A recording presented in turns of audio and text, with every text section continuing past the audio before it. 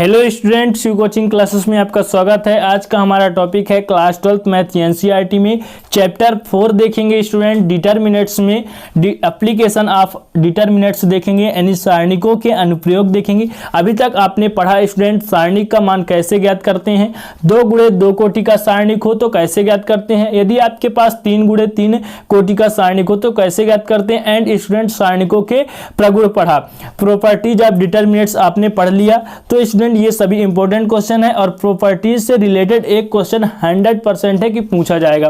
तो स्टूडेंट आपको प्रगुण और उससे संबंधित जितने भी क्वेश्चन है, एक भी क्वेश्चन को छोड़ना नहीं है स्टूडेंट, और आपको बुक से विधिवत तैयारी करना है।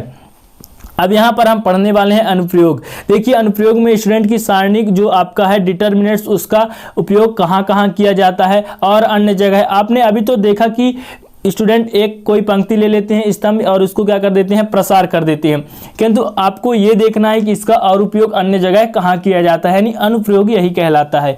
तो देखिए यहाँ पर स्टूडेंट हम त्रिभुज का क्षेत्रफल ज्ञात कर सकते हैं सारणिक की सहायता से। त्रिभुज का क्षेत्रफल, त्रिभुज का क्षेत्रफल स्टूडेंट यहाँ पर त्रिभुज के क्षेत्रफल को डेल से प्रदर्शित कर देंगे।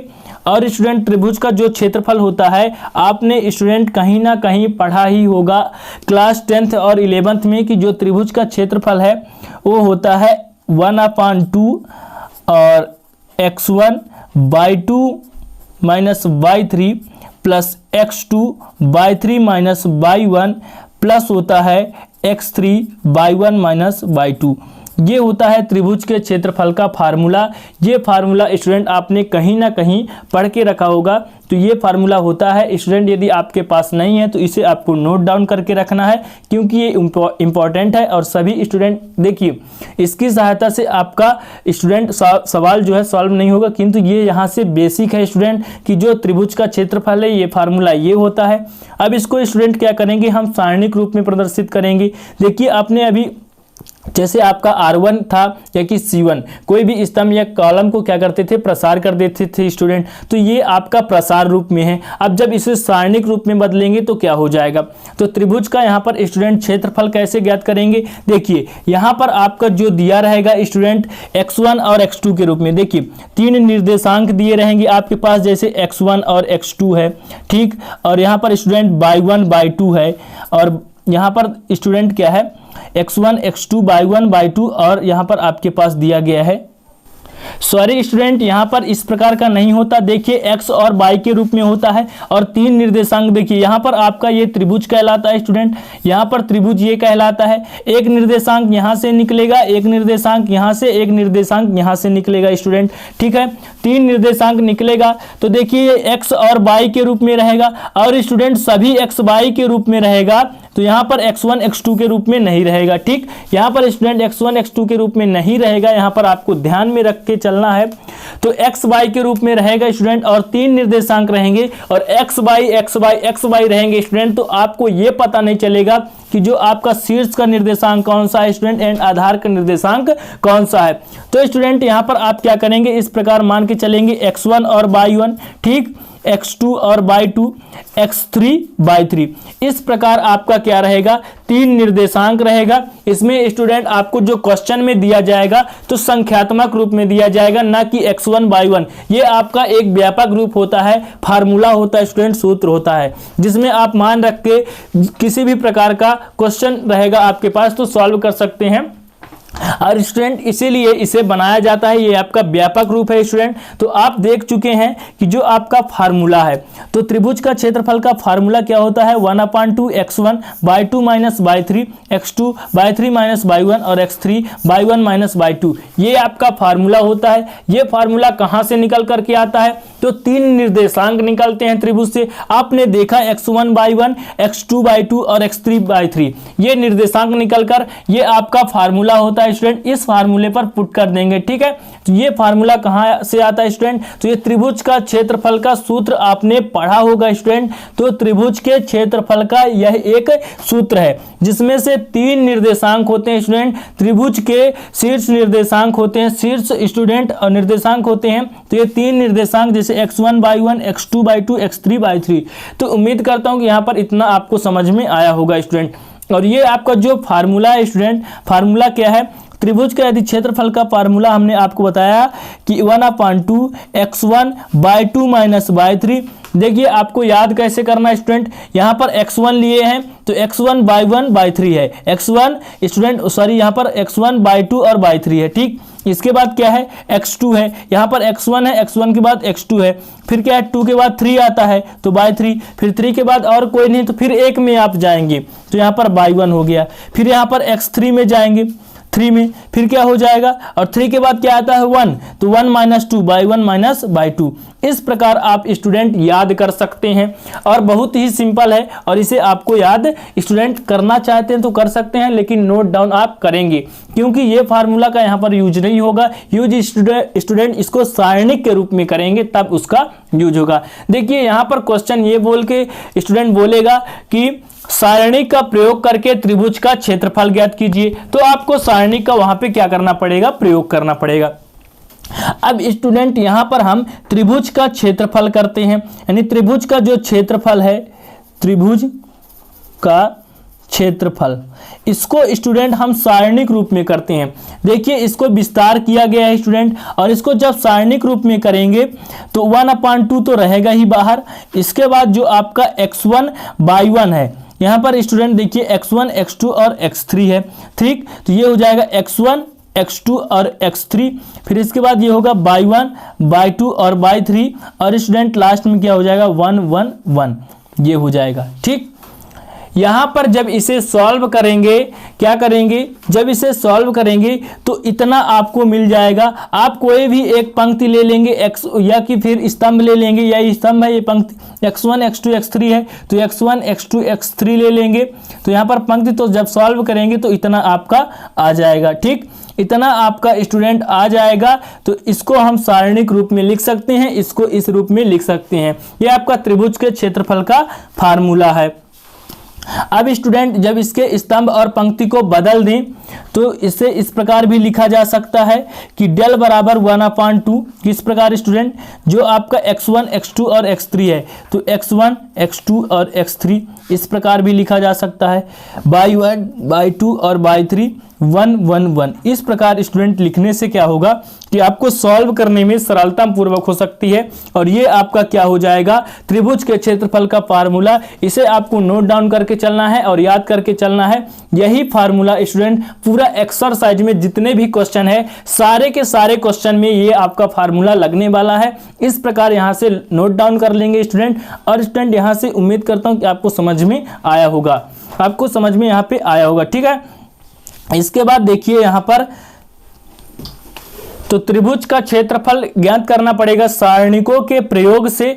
तो यहां पर आप क्या करेंगे, इसे स्टूडेंट लिखेंगे, और जब आपका आ जाएगा कि कोई तीन निर्देशांक दिया जाएगा तो त्रिभुज का क्षेत्रफल ज्ञात करेंगे student x1 by 1 x2 by 2 x3 by 3 के रूप में आप मान लेंगे, और यहाँ पर मान रख के इसे ज्ञात कर लेंगे। आगे हम स्टूडेंट इससे संबंधित कई सारे क्वेश्चन करेंगे, डोंट वरी, आप चिंता मत करिए स्टूडेंट, सभी आपको बेसिक तरीके से समझ में आएगा। आप इतना यहाँ पर समझिए कि त्रिभुज का क्षेत्रफल जो सारणिक रूप में है कैसे आता है और इसका फार्मूला क्या होता है। इसके बाद देखिए जो आपका स्टूडेंट पूछेगा अगला क्वेश्चन में, फिर पूछेगा, अभी तो पूछेगा स्टूडेंट की क्षेत्रफल ज्ञात कीजिए, फिर पूछेगा 3 निर्देशांक दिया जाएगा, वहां पर पूछेगा कि ये त्रिभुज के निर्देशांक बिंदु हैं, सिद्ध कीजिए कि ये संरेखी हैं। तो संरेखी कब कहलाता है, संरेखी या संरेख, इस तरह का पूछेगा। तो संरेखी या संरेख तभी कहलाएगा।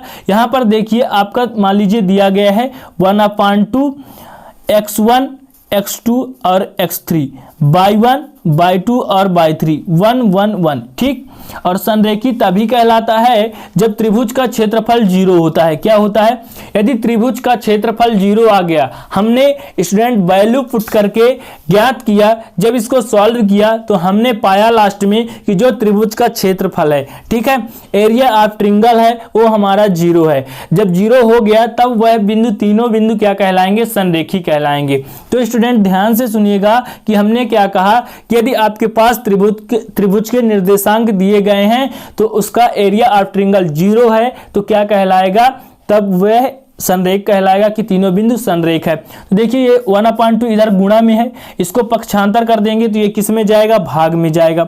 और जब भाग में जाएगा स्टूडेंट तो यहाँ पर 0 हो जाएगा, यानी कुल मिला के x1 x2 और x3 y1 y2 और y3 1 1 1 बराबर क्या हो गया, 0। यानी जब त्रिभुज का क्षेत्रफल 0 हो तब बिंदु 3 जो दिए जाएंगे निर्देशांक वो 0 होगा।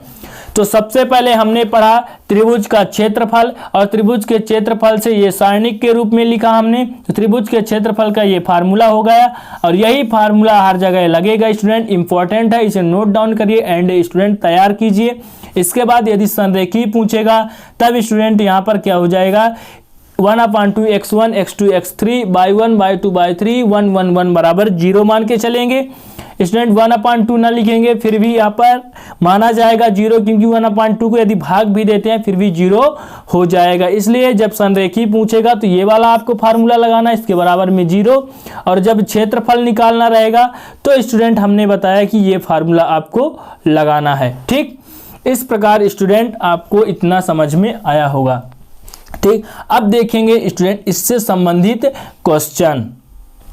पहला क्वेश्चन है कि सारणिकों के प्रयोग से उस त्रिभुज का क्षेत्रफल ज्ञात कीजिए जिसके कोणीय बिंदुओं के निर्देशांक, देखिए हमने कहा कि 3 निर्देशांक दिए जाएंगे, यहाँ पर 3 निर्देशांक दिया गया है, 2 6 -4 -2 3 और -1 यहाँ पर दिया गया है, और आपको त्रिभुज का क्षेत्रफल ज्ञात करना है, और बोला क्या है, सारणिकों के प्रयोग से। तो स्टूडेंट ध्यान दीजिएगा कि जो फार्मूला आपको मैंने बताया था वही फार्मूला का यहाँ पर प्रयोग करना है, और सिंपल तरीके से आप निकाल सकते हैं। आपको दिया गया है x1 y1 x2 y2 और स्टूडेंट x3 y3 का यहाँ पर मान दिया गया है। तो चलिए यहाँ पर क्या करते हैं, हल स्टूडेंट लिख लेते हैं। यहाँ पर क्या लिखेंगे, हल, और दिया गया निर्देशांक क्या है, दिया गया निर्देशांक, त्रिभुज का निर्देशांक क्या दिया गया है, 2 6, फिर है -4 -2, और दिया गया है स्टूडेंट लास्ट में आपका तीसरा 3 -1, इतना दिया गया है। ठीक, और जब इतना दिया गया है स्टूडेंट तो इनको x1 y1 x2 y2 और x3 y3 के रूप में लिख देंगे। देखिए x1 का मान कितना, x1 y1 का है तो x1 का मान 2, और स्टूडेंट y1 तो y1 का मान कितना हो जाएगा 6, x1 y1 x2 y2 x3 y3। देखिए हमने आपको बताया था स्टूडेंट, भूलिएगा मत, x1 y1 x2 y2 x3 y3, तो x1 और y1 का मान हो गया। फिर इसके बाद देखिए x2 का मान -4 और यहाँ पर y2 का मान -2, फिर देखिए x3 का मान 3 और यहाँ पर y3 का मान कितना आया, -1। इस प्रकार हमने क्या किया, मान निकाल लिया। मान निकालने के बाद स्टूडेंट त्रिभुज का क्षेत्रफल सारणी के प्रयोग से आपको ज्ञात करना है, तो इसका फार्मूला लिख देंगे। त्रिभुज का क्षेत्रफल क्या होता है, त्रिभुज का क्षेत्रफल क्या होता है, इसको डेल से प्रदर्शित करते हैं स्टूडेंट। ये है सारणी को डेल से प्रदर्शित किया जाता है। ठीक है, तो इसका फार्मूला हमने बताया था 1/2 x1 x2 x3 फिर y1 y2 y3 1 1 1। ठीक, इस फार्मूले को स्टूडेंट नहीं भूलना है। ठीक है, ये आपका सरल है स्टूडेंट। देखिए इसको इस प्रकार भी याद कर सकते हैं, x1 y1 x2 y2 x3 y3, या कि फिर x x x y y y 1 1 1, फिर 1 2 3 1 2 3। इस प्रकार आप स्टूडेंट याद कर सकते हैं अपने लॉजिक लगाकर। इसके बाद देखिए यहाँ पर हमने मान निकाल के रखा है स्टूडेंट। देखिए डेल बराबर 1/2 मान निकाल के क्या रखा, x1 का मान 2, x2 का मान -4, x3 का मान 3, तो हमने लिख दिया। फिर इसके बाद देखिए y1 का मान 6, y2 का मान -2, y3 का मान -1 1 1 1। इस प्रकार क्या किया, हमने लिख दिया। इसके बाद देखिए जो आपका क्या है R1 R2 R3 C1 C2 C3, किसी के भी सापेक्ष आप विस्तार कर दीजिए तो आपका जो क्या है त्रिभुज का क्षेत्रफल निकल करके आ जाएगा। चलिए कर देते हैं R1 के सापेक्ष विस्तार करने पर विस्तार करने पर। चलिए कर देते हैं। R1 क्या है आपका 2, 6 और 1, 2, 6, 1 क्या है R1। तब डेल बराबर क्या हो जाएगा बताइए, तो 1/2। ठीक है, जब R1 के सापेक्ष विस्तार करेंगे तो यहाँ पर आप देख सकते हैं 1/2 स्टूडेंट बाहर ही रहेगा। ठीक, 1/2 का सभी में गुणा होगा, तो 2 के स्टूडेंट 2 के सापेक्ष करेंगे तो 2 के इधर सामने वाला और ये सामने वाला को क्या करेंगे, छोड़ देंगे। तो चलिए छोड़ देते हैं, बचे गया क्या -2 -1 और 1 बचेगा। इसके बाद स्टूडेंट 6 का करते हैं R1 में फिर दूसरा, और आपको मैंने बताया था स्टूडेंट कि ये कैसे चलता है, तो प्लस माइनस और प्लस में चलता है, तो बीच वाला माइनस होगा, यहाँ पर -6। अब इसके सामने वाला ये और ये पूरा को छोड़ देंगे, बचेगा क्या, तो 4 1 -4 है और यहाँ पर 3 और 1 इतना बच जाएगा, इतना हमने लिख लिया। इसके बाद 1 है तो +1। ठीक, इसके सामने वाला छोड़ देंगे, बचेगा क्या -4 -2 3 -1, तो इतना हमने लिख दिया। ठीक, इसके बाद ब्रैकेट है स्टूडेंट, तो ब्रैकेट हमने लगा दिया, बराबर डेल बराबर 1/2। अब इसको सॉल्व करेंगे 2, इसको गुणा करेंगे, ये आपका 2 × 2 कोटि का सारणिक बन गया। तो इसको किस प्रकार से सॉल्व करते हैं, 2 का गुणा 1 से होगा, यानी 2 ये 2 आपका बाहर है, 2 का गुणा 1 से -2 का गुणा 1 से होगा, फिर बीच में -1 का गुणा क्या होगा, -1 के साथ होगा, और यहाँ पे आप इस तरह का कोष्ठक लगा सकते हैं। इसके बाद देखिए यहाँ पर स्टूडेंट आप मंझला कोष्ठक लगा दीजिए। फिर इसके बाद देखिए यहाँ पर -6 है तो -6, -4 का गुणा 1 के साथ होगा, फिर बीच में माइनस, यहाँ पर स्टूडेंट क्या होगा, बड़ा कोष्ठक, फिर बीच में माइनस, फिर 3 का गुणा 1 के साथ होगा। फिर इसके बाद देखिए यहाँ पर +1 है तो +1। ठीक, 4 -4 का गुणा -1 से होगा, तो माइनस माइनस प्लस, यानी 4 का गुणा 1 से, फिर बीच में माइनस, यहाँ पर 3 का गुणा -2 से को 3 दूना 6 और माइनस में 6 होगा, यहाँ पर हमने डायरेक्ट गुणा कर दिया। इसके बाद देखिए क्या हो जाएगा 1/2, यहाँ पर 2 है, गुणा करेंगे, 2 1 कम -2 और -1 यहाँ पर है और इस माइनस के साथ प्लस, तो 1 1 कम 1। फिर देखिए -6, -4 और 1 -4 1 कम -4, 3 1 कम -3।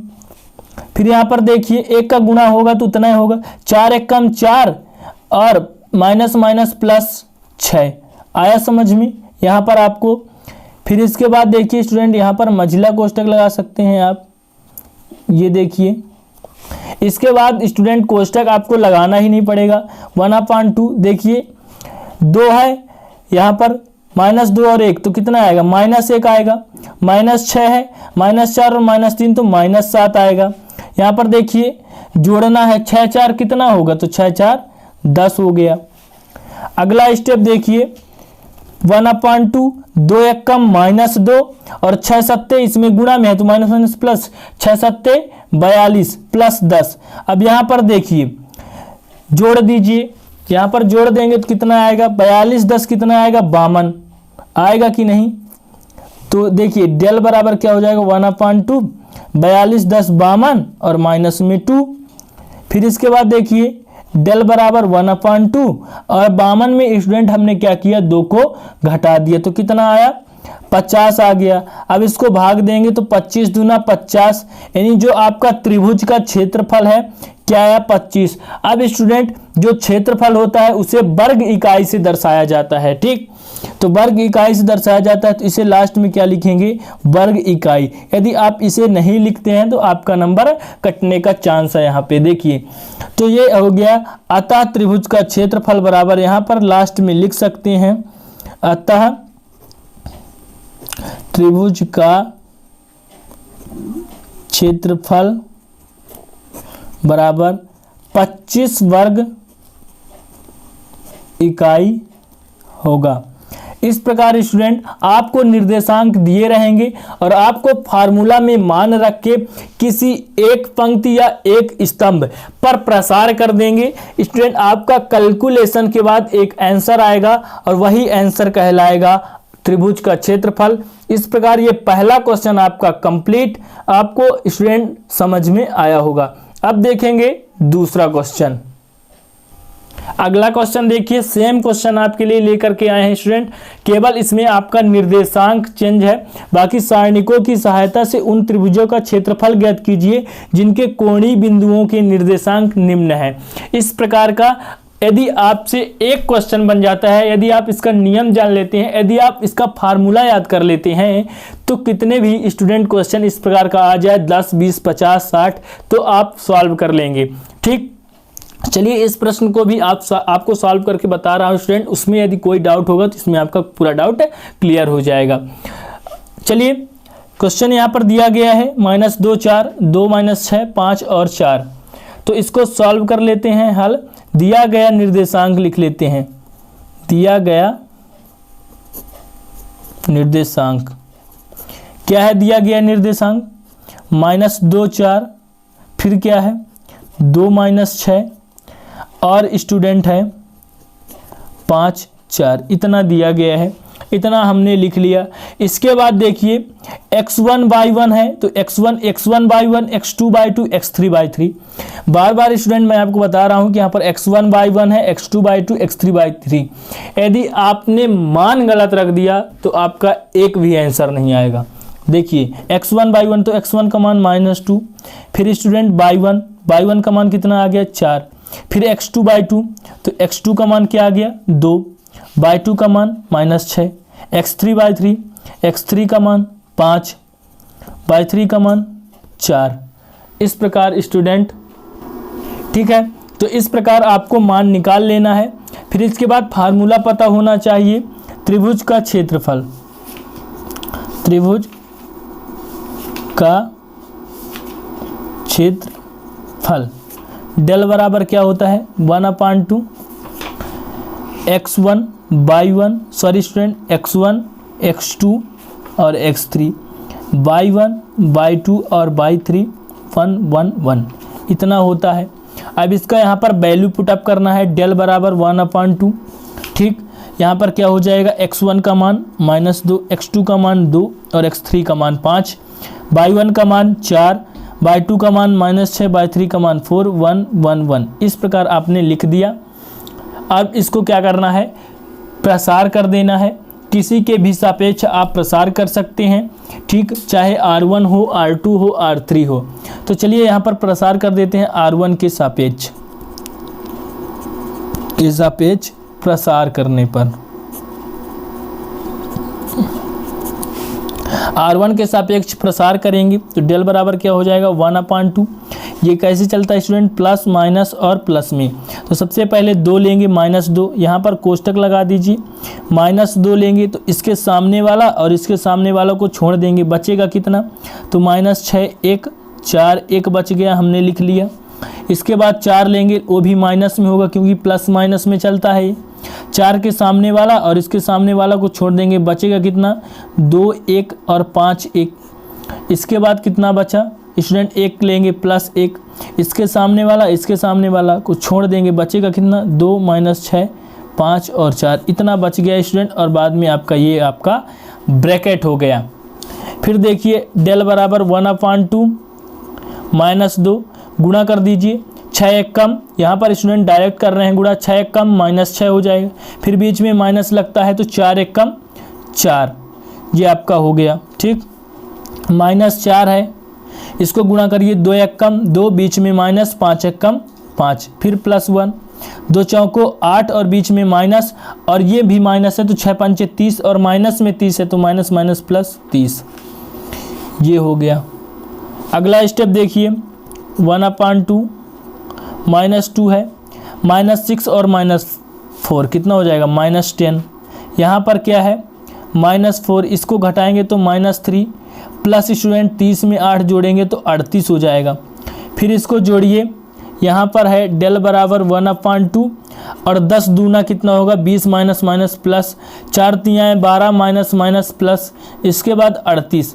अब इसको जोड़ेंगे तो कितना आएगा, जोड़ दीजिए इसको, तो 20 और 12 स्टूडेंट कितना होगा बताइए, 20 और 12 यहाँ पे हो जाएगा 32। तो डेल बराबर 1/2, 20 12 जोड़िए 32 स्टूडेंट, और यहाँ पर हो जाएगा आपका 70 हो गया यहाँ पे। और 2 से भाग देंगे तो 35। कितना हो गया? 35। यानी डेल बराबर आपका क्या आ गया? 35 वर्ग इकाई। ये आपका आंसर है स्टूडेंट। आप लिख देंगे कि अतः त्रिभुज का क्षेत्रफल कितना है, तो ये है आपका 35 वर्ग इकाई। ये आपका जो है आंसर। इस प्रकार ये क्वेश्चन भी आपका क्या हो गया? कंप्लीट। अब देखिए यहाँ पर आपने देखा त्रिभुज के क्षेत्रफल से संबंधित 2 क्वेश्चन। अब स्टूडेंट देखेंगे कि कौन सा संरेख है। स्टूडेंट संरेख कौन सा होता है? जिस त्रिभुज का क्षेत्रफल 0। तो क्षेत्रफल निकालेंगे तो यदि 0 आ जाएगा तो वह आपका सारणिक जो दिया गया है स्टूडेंट, यहाँ पर बिंदु दिया रहता है तो बिंदु वह संरेख है। यदि 0 नहीं आता है तो संरेख नहीं है। ठीक है, तो अगला क्वेश्चन देखेंगे कि संरेख है कि नहीं। अब देखिए क्वेश्चन है आपके पास कि सिद्ध कीजिए कि बिंदु -6, 9, 0, -9 तथा -2, -3 संरेख है। सिद्ध करना है मतलब कि त्रिभुज का जो क्षेत्रफल है 0 आना ही चाहिए। यहाँ पे संरेख आपको दिखाना ही है। ठीक, तो चलिए क्या करते हैं, इसको भी सॉल्व करते हैं। तो यहाँ पर हल लिख लेंगे और दिया गया जो बिंदु है आपका लिख लेंगे। दिया गया बिंदु क्या है? -6, 9, 0, -9 तथा आपके पास है -2 और -3। अब जो बिंदु आपके पास दिया गया है ये बिंदु स्टूडेंट x1/1, x2/2 और x3/3 के रूप में दिया गया है। अब त्रिभुज का क्षेत्रफल यदि 0 है तब यहाँ पर क्या होगा? बिंदु संरेख है। यदि त्रिभुज का क्षेत्रफल 0 नहीं है तो बिंदु संरेख नहीं है। तो देखिए यहाँ पर x1/1, तो x1 का मान कितना आया? -6। y1 का मान कितना आया? तो 9। x1/1। अब x2/2, x2 का मान 0, y2 का मान कितना आया? -9। x3/3, x3 का मान कितना? -2, y3 का मान कितना आया? -3। ठीक, यहाँ आपने निकाल लिया। इसके बाद त्रिभुज के जो क्षेत्रफल का क्या होता है स्टूडेंट, फार्मूला आप लिख लेंगे। त्रिभुज का क्षेत्रफल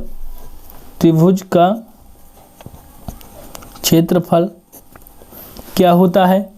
तो यहाँ पर होता है स्टूडेंट x1, x2 और x3, y1, y2, y3, 1, 1, 1 इस प्रकार होता है।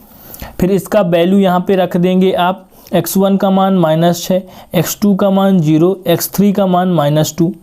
फिर देखिए यहाँ पर y1 का मान कितना है? 9, -9 यहाँ पर, और y3 का मान -3, 1, 1, 1 दिया गया है। अब इसको क्या कर देंगे? प्रसार कर देंगे। देखिए स्टूडेंट इसको किस प्रकार प्रसार कीजिए ताकि जल्दी आ जाए। तो जो आपका C1 है पहला स्तंभ, 0 का प्रसार नहीं करना पड़ेगा क्योंकि स्टूडेंट आप 0 का करेंगे तो गुणा करेंगे तो बाद में 0 आ जाएगा। हमने आपको कई वीडियो में बताया हूँ स्टूडेंट। यहाँ पर देखिए 0 का छोड़ के इन दोनों का प्रसार कर दीजिए। तो चलिए कर देते हैं C1 के सापेक्ष प्रसार करने पर। C1 से या स्टूडेंट के सापेक्ष प्रसार करने पर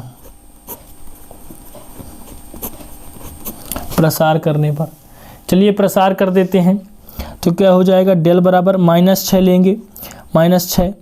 तो इसके सामने वाला जो है यहाँ पर स्टूडेंट 1/2 क्यों नहीं लिए हैं? तो स्टूडेंट आपको मैंने शुरू में बताया था कि 1/2 इसमें इसलिए नहीं रहेगा क्योंकि 0 होगा इसका क्षेत्रफल, तभी स्टूडेंट क्या होगा? संरेखीय कहलाएगा। तो यहाँ पर त्रिभुज का क्षेत्रफल निर्देशांक को बनाए हैं, ना कि यहाँ पे त्रिभुज का क्षेत्रफल ज्ञात करने के लिए बोला था। तो इसमें 0 आ जाएगा तो 1/2 रहेगा, फिर भी स्टूडेंट जब इसको पक्षांतर करेंगे तो 0 हो जाएगा। तब यहाँ पर देखिए इसके सामने वाला छोड़ देंगे, बचेगा क्या? -9, 1, -3 और 1। फिर इसके बाद देखिए 0 को लेना नहीं है, -2 को ले लीजिए। इसके सामने वाला छोड़ देंगे, बचेगा कितना? 9, 1, -9, 1। अब इसको स्टूडेंट सॉल्व करेंगे तो कितना आना चाहिए? 0। देखिए यदि स्टूडेंट 1/2 ले भी लेंगे तो इसके बराबर में 0 आ गया तो उसके बटे में 2 आ जाएगा, भाग देंगे तो 0 आ जाएगा। ठीक, इसलिए यहाँ पर 1/2 नहीं लिया गया है। -6 इसको गुणा करेंगे तो 9 1 कम -9, फिर बीच में माइनस होता है, 3 1 कम 3, और ये क्या हो जाएगा? -3। फिर देखिए यहाँ पर -2 और यहाँ पर 9 1 कम 9 और यहाँ पर -9 1 कम 9, बीच में माइनस होता है, फिर इसका +9 हो गया। यहाँ पे हो गया कि नहीं? तो यहाँ पे हो गया। आगे देखिए -6 है, इसको जब घटाएंगे तो -6 आएगा। फिर -2, 9 को 9 से जोड़ेंगे तो कितना होगा, 9 9 18 हो गया यहाँ पे। फिर देखिए यहाँ पर -6 -6 माइनस माइनस प्लस हो गया, 6 को 6 से गुणा करेंगे तो 36, -18 दूना 36, 36 से 36 कैंसिल। तो यहाँ पर जो क्षेत्रफल था कितना आया, 0 आ गया। क्षेत्रफल 0 आ गया तो आपको स्टूडेंट शुरू में मैंने बताया कि यदि 0 आ जाए तो वह संरेखी है।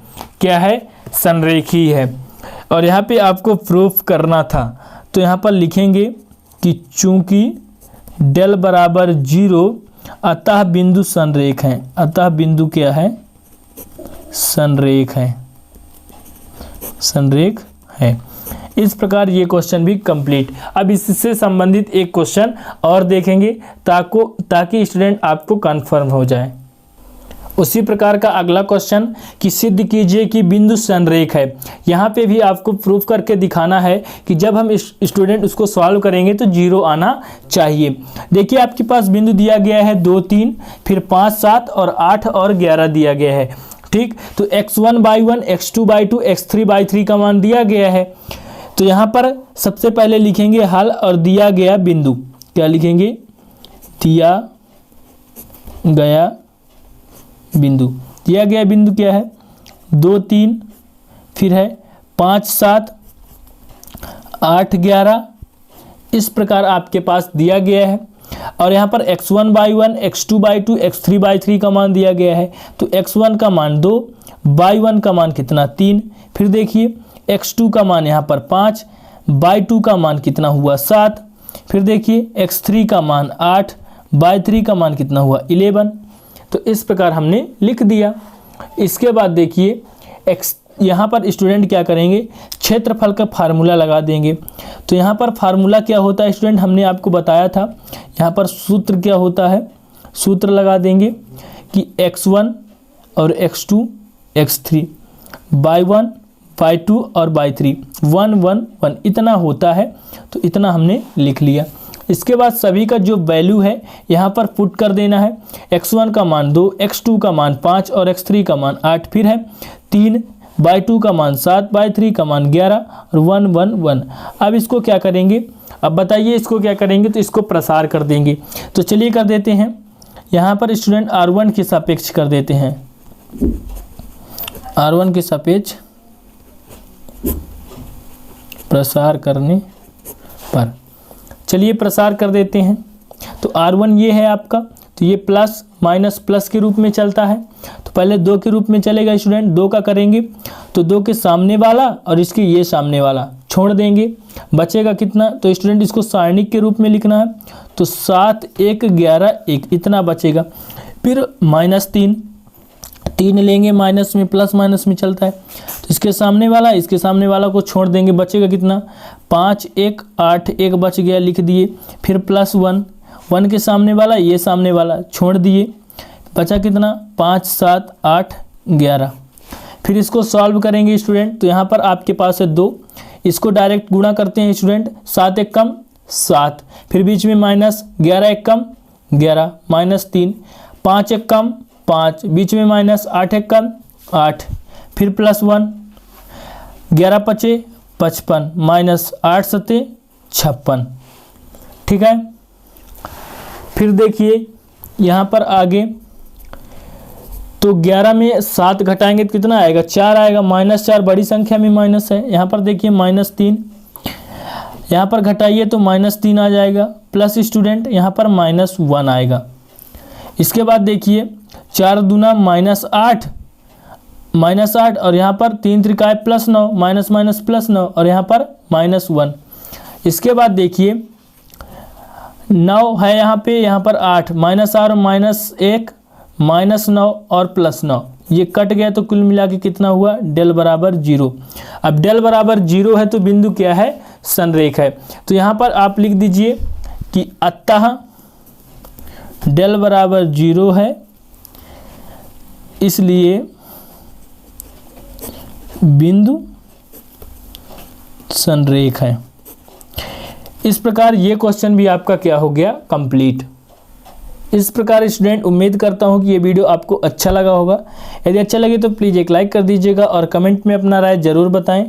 मिलते हैं अगली वीडियो में, तब तक के लिए जय हिंद, वंदे मातरम।